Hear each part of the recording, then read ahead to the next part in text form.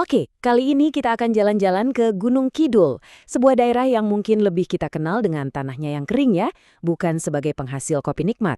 Tapi ternyata justru di sanalah sebuah cerita luar biasa tentang penyembuhan dan harapan dimulai. Pertanyaannya mungkin kedengeran aneh, tapi coba kita renungkan sejenak. Apa mungkin secangkir kopi yang kita nikmati setiap pagi itu bisa benar-benar menyembuhkan tanah yang udah rusak? Rasanya mustahil ya. Tapi tunggu dulu. Jawabannya ternyata bisa. Di Gunung Kidul ada sebuah gerakan yang lagi membuktikan kalau pertanian itu bukan cuma soal panen, tapi juga soal memulihkan dan menyembuhkan bumi.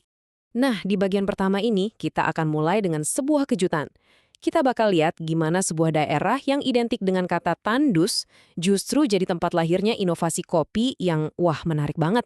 Selama ini kan kalau kita dengar Gunung Kidul yang kebayang pasti singkong, tanah kapur, lahan kering. Tapi coba lihat realitas barunya sekarang. Ada kopi specialty, pertanian ekologis, bahkan hortikultura atau kebun buah yang subur.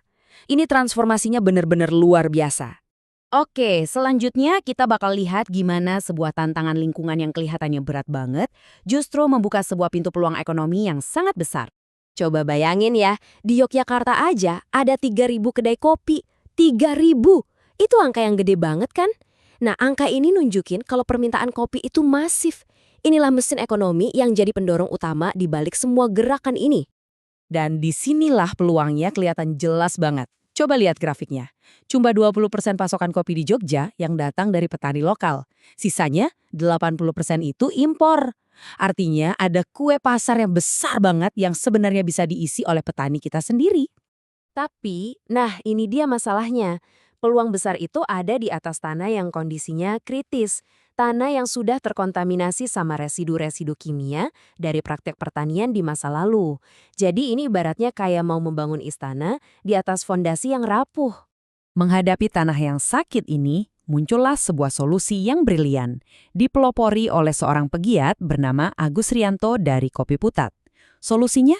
Kopi ekologis. Jadi, apa sih sebenarnya pertanian ekologis itu? Ini bukan sekedar teknik tanam biasa loh.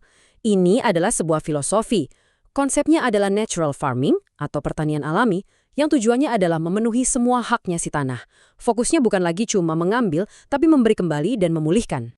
Kutipan dari Mas Agus Rianto ini keren banget sih. Menurut beliau bertani itu seni. Ada seni mengolah tanah, seni mengatur air, dan yang paling penting, seni mengedukasi masyarakat. Cara pandang yang utuh dan mendalam banget. Sekarang kita lihat lebih dekat ya. Di mana sih semua ide dan filosofi keren ini diwujudkan? Jawabannya ada di sebuah laboratorium alam di Dukuh Putat. Perlu diingat, ini bukan proyek satu orang. Ini adalah kerja bareng, kolaborasi. Ada Mas Agus Rianto sebagai penggagas, ada komunitas pemilik lahan, dan yang perannya krusial banget, para pemuda Karang Taruna. Merekalah motor penggerak risetnya, mulai dari urusan pupuk, tanah, sampai pembibitan. Dan ini bukan proyek instan. Mereka mulai tahun 2021, lalu berhasil panen pertama di 2022. Tapi lihat deh target jangka panjangnya, mencapai status organik murni di tahun 2028 nanti.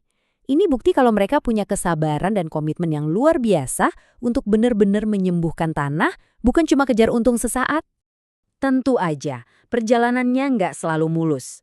Sekarang, kita bahas apa hasil unik yang berhasil mereka ciptakan dan tantangan baru apa yang justru muncul karena kesuksesan mereka. Hasilnya, kopi yang rasanya unik banget karena ditanam tumpang sari berbarengan dengan pohon nangka, rambutan, dan mangga, rasa kopinya jadi punya karakter yang ringan dan cenderung fruity. Ini bukti nyata kalau tanah yang sehat akan melahirkan produk yang istimewa. Nah, ini ironisnya. Justru karena sukses dan permintaannya tinggi, muncul ancaman baru. Godaan untuk petik muda alias memanen biji kopi sebelum matang sempurna.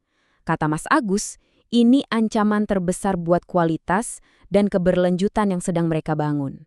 Ini semua membawa kita ke visi akhir dari proyek ini. Karena pada akhirnya, ini semua bukan cuma soal kopi. Ini tentang sesuatu yang jauh-jauh lebih besar. Dan inilah jantung dari semua usaha mereka. Tujuan utamanya itu bukan jualan kopi. Kopi itu cuma mediumnya. Tujuan sejatinya adalah mengembalikan tanah ke titik normalnya, ke kondisi alaminya yang sehat. Jadi ini misi restorasi, bukan murni misi komersial. Pada akhirnya, semua kerja keras ini mengerucut pada satu harapan yang sangat sederhana, seperti yang diungkapkan di sini, yaitu meninggalkan warisan terbaik bagi anak dan cucu mereka. Sebuah tujuan mulia yang nilainya jauh melampaui harga secangkir kopi. Kisah dari Gunung Kidul ini seolah-olah jadi cermin buat kita semua ya.